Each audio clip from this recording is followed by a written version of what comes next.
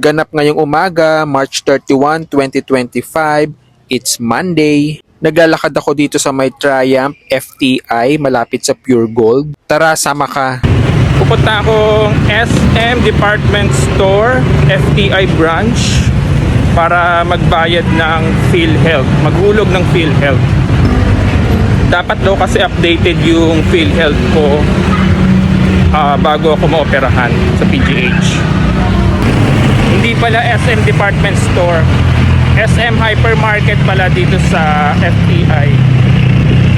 Meron kasi akong iniintay na operasyon at kailangan updated ang aking PhilHealth. Dito ako maghuhulog. Ayan, at napakahaba ng pila. Month end kasi ngayon. So dito tayo maghuhulog ng ating contribution. Kumuha na ako ng form at finilapan ang mga details dito. At pumila na. A few moments later. At dahil lunchtime na, dito na ako order ng makakain. Sa loob pa rin ng SM Hypermarket dito sa may FTI.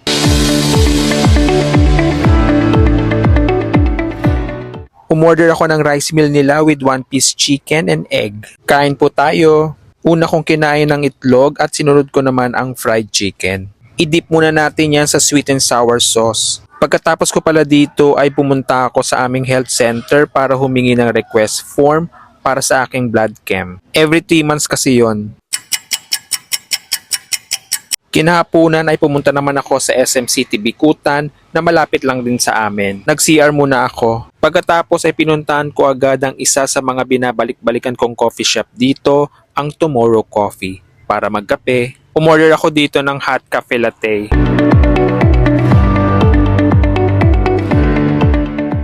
Kayo ba, kinahiligan nyo ring magkape?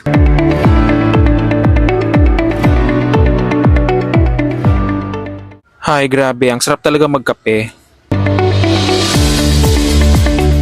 Magpalipas lang muna tayo ng oras dito sa loob. A few moments later.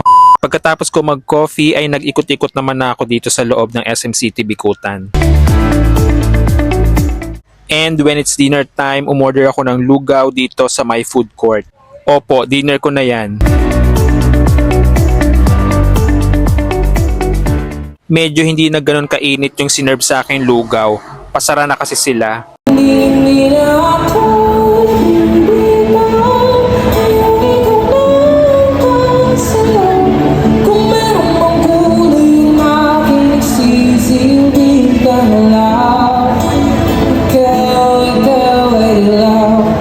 Ang ganda ng boses.